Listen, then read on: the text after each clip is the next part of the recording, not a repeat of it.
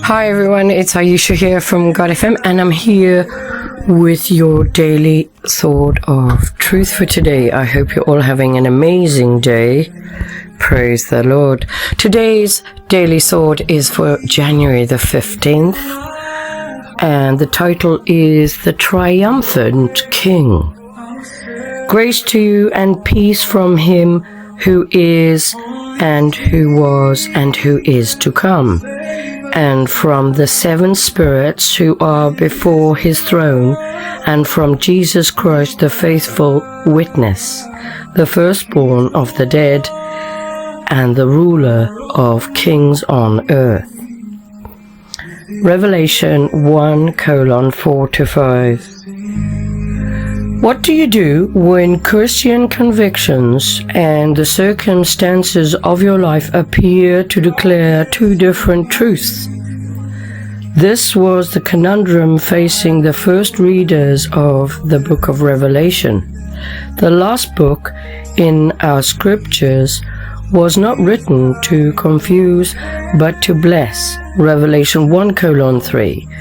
We ought to not to regard it as if it were a collection of riddles or some theological Rubik's Cube.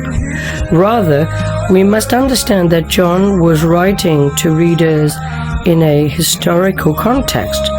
First century believers who were being buffeted and persecuted by the authorities of their day in order to offer hope and assurance. The gospel was being preached, and the people of God were absolutely convinced that even as Jesus had gone, so he would return. They believed that as the ascended Lord and the King, Jesus was fully in control of all circumstances, and his will was being established throughout the whole earth.